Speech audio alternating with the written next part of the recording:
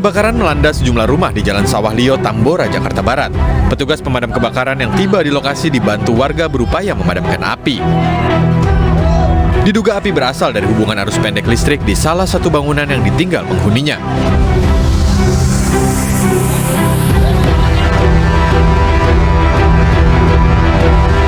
MRS tak berkutik saat ditangkap Satreskrim Polres Metro Jakarta Timur di tempat persembunyiannya di Jalan Caman Raya Jati Keramat, Kota Bekasi, Jawa Barat. Pelaku pun langsung dibawa oleh petugas. MRS merupakan pelaku utama pembunuhan terhadap pria bernama Firdaus Parlindungan Pangaribuan. Korban dibunuh di Jalan Maijen Sutoyo, Kramat Jati, Jakarta Timur, tepat di depan rumahnya. Sementara itu saat ini polisi tengah melakukan pengejaran terhadap dua pelaku lainnya yang ikut mengeroyok korban hingga tewas. Salah satu pelaku yang masih buron merupakan ayah dari pelaku MRS.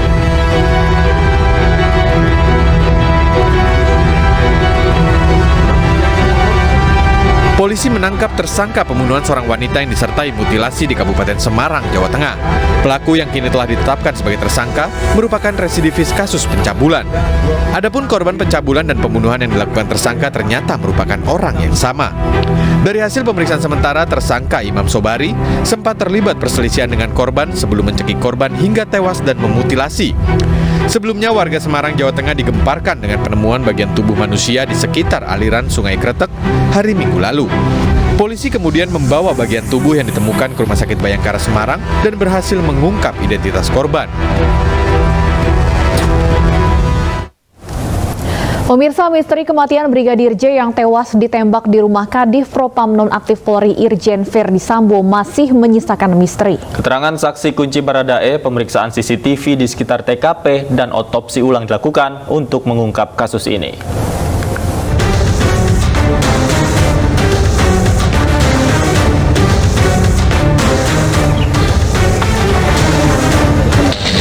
Publik menantikan terangnya kasus kematian Brigadir Nofriansyah Yosua Huta Barat atau Brigadir J yang tewas ditembak di rumah Kadif Propam Nonaktif Polri Irjen Verdi Sambo. Komnas HAM pun turun tangan dengan berperan dari luar untuk turut mengungkap kasus ini. Hari ini Komnas HAM memanggil 7 ajudan Irjen Verdi Sambo, termasuk Baradae. Baradae disebut sebagai saksi kunci karena berada di TKP bersama istri Verdi Sambo dan Brigadir J saat penembakan terjadi. Sebelumnya, Komnas HAM juga memanggil tim forensik atau Dokes Mabes Polri Senin kemarin. Komnas HAM meminta keterangan terkait luka pada tubuh Brigadir J. Keterangan yang didapat Komnas HAM akan dicocokkan dengan keterangan keluarga Brigadir J dan sejumlah ahli independen. Itu saya tentu menjabarkan arahan Bapak Kapolri bahwa penyidikan ini harus transparan. Maka saya hadir di sini, saya antar tim kedokteran forensik kita, dan saya tidak ikut di sana, biar yang menanyakan dari teman-teman dari Komnas HAM.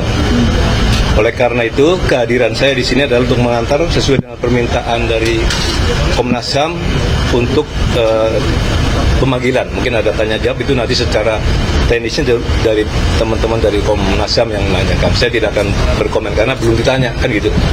Saya kira itu kehadiran saya. Ada pertanyaan? Meninggalnya Brigadir J menyisakan tanya bagi keluarga. Beberapa luka yang ada di tubuh almarhum membuat keluarga curiga apa penyebab meninggalnya Brigadir J. Karena sejumlah luka yang ditemukan keluarga berbeda dengan hasil visum kepolisian. Atas temuan ini rencananya akan dilakukan autopsi ulang di Polda Jambi Rabu besok. Sementara itu, dalam penyidikan kasus ini, kekasih mendiang Brigadir J, Vera Simanjuntak, diperiksa penyidik Bareskrim Polri. Usai diperiksa, ponsel milik kekasih Brigadir J disita penyidik untuk didalami lebih lanjut. Tim penyidik Bareskrim Polri juga telah memeriksa belasan anggota keluarga Brigadir J. Selain itu, penyidik juga sudah 2 kali menggelar prarekonstruksi di gedung Mapolda Metro Jaya dan rumah Verdi Sambo. Hingga kini penyidik masih memeriksa rekaman CCTV yang ada di sepanjang jalan dekat rumah Verdi Sambo. Tim Liputan iNews melaporkan. Fakta apa saja yang sudah terungkap hingga saat ini terkait kematian Brigadir J? Untuk membahasnya kita sudah bersama dengan kuasa hukum keluarga Brigadir J, Kamarudin Simanjuntak. Selamat sore, Pak Kamarudin. Sandra Dewi. Pak Kamarudin, selamat sore. Selamat sore rekan. Baik, ada Davi dan Stefani di studio. Pak Kamarudin, bisa dijelaskan hingga saat ini fakta-fakta apa saja Pak yang sudah didapatkan terkait kematian Brigadir J? Fakta-fakta yang telah saya temukan atau kami temukan dengan tim penasihat hukum atau tim pengacara daripada keluarga almarhum Brigadir J. Pertama, fakta berupa foto, ya, di mana di sekujur tubuhnya itu ada luka tembak, luka tajam, luka diduga benturan, memar dan sebagainya di berbagai tempat, antara lain di mata, di bawah mata, di hidung, di bibir, di belakang telinga, di leher, di pundak, di kanan kiri perut atau tulang rusuk, kemudian sampai dengan ke kaki, di tangan, di lengan, di jari. Kemudian fakta kedua, video jasad daripada almarhum. Fakta ketiga, keterangan saksi. Saya sudah mengajukan 11 orang saksi. Fakta keempat, ada dugaan pembunuhan terencana melalui ancaman-ancaman yang sangat serius dari bulan Juni sampai dengan bulan Juli 2022 dan terakhir ancaman sangat serius itu pada tanggal 7 Juli 2022 di mana dikatakan apabila naik ke atas akan dihabisi atau dibunuh. Nah, tugas polisi adalah apa itu yang dimaksud dengan naik ke atas. Nah, kemudian barang bukti sudah jelas, handphone dari saksi yang sangat spektakuler setelah disita, kemudian isi handphonenya juga telah dikuasai oleh penyidik karena sudah kita serahkan, kemudian dilakukan juga penyitaan. Kemudian yang paling berkembang adalah bahwa sesuai informasi dari Karopenmas, satu sudah mengaku sebagai pelaku penembakan yaitu Baradae, tapi tidak dijadikan polisi sebagai tersangka. Kemudian ada informasi juga yang saya gali daripada saksi bahwa yang sering mengancam ini adalah orang lama atau squad.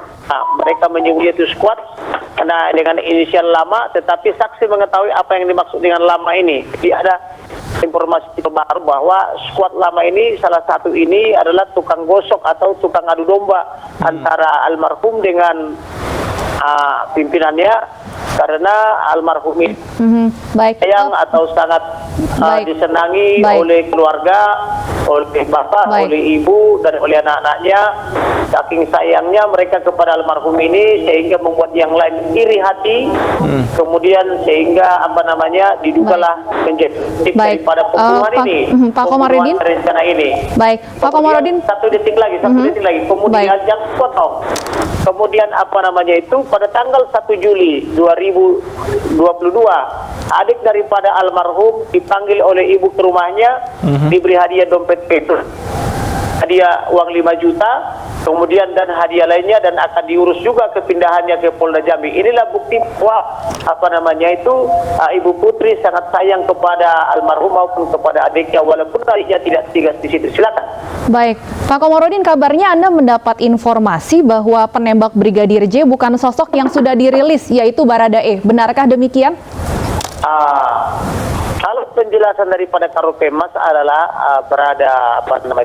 tetapi kalau berdasarkan temuan saya, yang punya motif bukan Baradae tapi adalah orang lama. Orang lama itu biasa penyidik yang mengungkap. Orang lama itu siapa, Pak Kamarudin? Orang lama itu dengan squad lama. Oke, apakah sama-sama ajudan dari Kadif Propam pada saat itu? Tentulah, ya. Jadi di antara yang 8 itu kan sudah meninggal 100, sisa 7. Jadi ini adalah di antara yang 7. Oke, kalau demikian informasi yang Anda dapatkan, apa motifnya? Motifnya kebencian dan iri hati, iri dan dengki, karena bapak dan ibu sangat sayang kepada Brigadir Joshua ini, sehingga menyebabkan iri hati. Kalau kita kepada Alkitab, di mana orang bersaudara sangat benci kepada Yusuf dijual kepada Mesir, kurang lebih itu, sehingga ini selalu terulang terus. Itu juga terjadi kepada Brigadir Joshua Huta Barat, dia dibenci oleh teman-temannya karena orang ini cekatan, terampil dan pintar dan disukai oleh komandannya. Baik, Anda sebutkan tadi bahwa pengancaman pembunuhan Brigadir J sudah berlangsung sejak lama. Apakah artinya ancaman ini juga dilakukan oleh yang Anda sebutkan tadi yang memiliki motif iri hati dan sebagainya? Betul, jadi di antara saksi yang spektakuler dengan almarhum itu sering mereka itu curhat-curhat melalui telepon atau melalui WhatsApp, dan mereka memberi inisial sebagai orang lama atau sepuh lama. Kemudian sampai di hari terakhir tanggal 7 di Magelang, dia juga masih mengancam almarhum dan mereka mengidentifikasi sebagai orang lama atau squad lama. Nah, jadi mereka membuat istilah itu squad atau orang lama gitu loh. Seperti apa tepatnya bentuk ancaman atau teror yang diterima oleh Brigadir J? Apabila naik ke atas, dia akan dihabisi.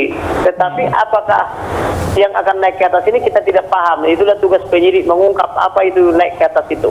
Oke, Pak Kamarudin, apakah sudah ada informasi ancaman itu hanya datang dari satu orang atau ada beberapa pihak yang melakukan ancaman itu kepada almarhum?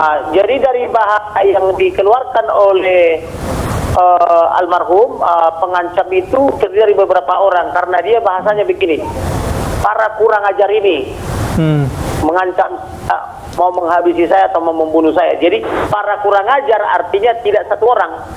Yang saya pahami begitu. Kalau para berarti minimal 2 orang. Baik, Pak Komarudin, apakah informan Anda ini sudah bersedia untuk memberikan kesaksiannya terkait kasus ini? Saya yang menemukan itu, saya yang menemukan saksi itu, saya yang mendoktrin untuk berkata jujur tentang apa yang dilihat, didengar dan dialami. Setelah saya gali keterangannya, maka saya serahkan kepada penyidik untuk dimintai keterangan. Maka begitu penyidik mengetahui keterangannya, termasuk barang buktinya, termasuk bukti suratnya, maka Brigadir J yang mengawal penyidikan ini ke Jambi langsung mendatangkan tim cyber ya untuk mengurus tindak lanjutnya supaya segera diperiksa barang bukti dan rekam elektroniknya di Puslap Polri. Oke, artinya semua faktanya sudah disampaikan ke penyidik ya? Sudah kita sampaikan. Kalau saya jadi penyidiknya, perlu setengah hari sudah tersangka semua itu pelakunya. Oke, Pak Kamarudin, hari ini Komnas HAM juga memeriksa beberapa ajudan dari Pak Ferdi Sambo. Tanggapan Anda?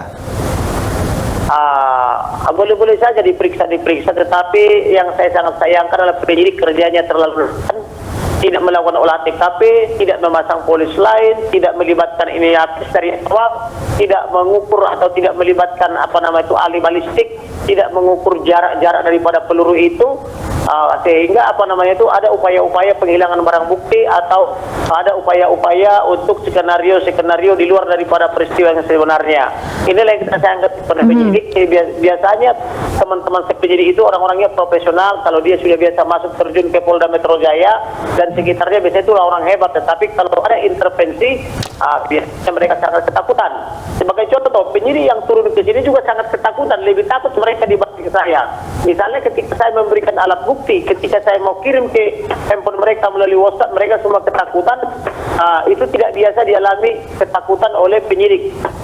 Untuk menerima misalnya bukti-bukti dari saya itu biasanya dimasukkan dulu ke laptop, baru mengalir ke laptopnya mereka. Ini tidak lazim.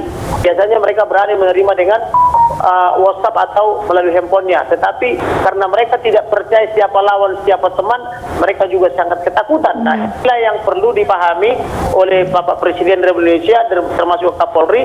Apakah orang yang kemarin sudah dinonaktifkan itu apakah masih memiliki jabatan yang sangat spektakuler? Misalnya katakanlah dia itu yang merah putih Nusantara itu namanya itu, apakah mereka itu masih terlibat di kepala satgasnya? Ini juga harus diantisipasi. Jadi jangan penyidik kita ini sepertinya lebih takut kepada mereka daripada kepada Tuhan, kan gitu. Kebetulan kalau saya tidak takut apapun, saya hanya takut kepada Tuhan. Makanya saya peduli siapa mereka itu, dan saya berjanji harus memburu mereka itu siapapun mereka, kan gitu. Pak Komarudin, terkait dengan Baradae sendiri, sebenarnya apakah Baradae ini memiliki peran dalam peristiwa pembunuhan Brigadir J atau hanya sebatas kambing hitam saja? Kalau berdasarkan keterangan pers kan dia kan mengaku katanya menembak, tetapi kenapa tidak dijadikan tersangka? Ada mayat tapi tak ada tersangka, itu ajaib ini. Mau dibawa ke mana Republik ini? Inilah yang mau saya perbaiki supaya institusi di sini ke depan semakin baik dan humanis, kan begitu.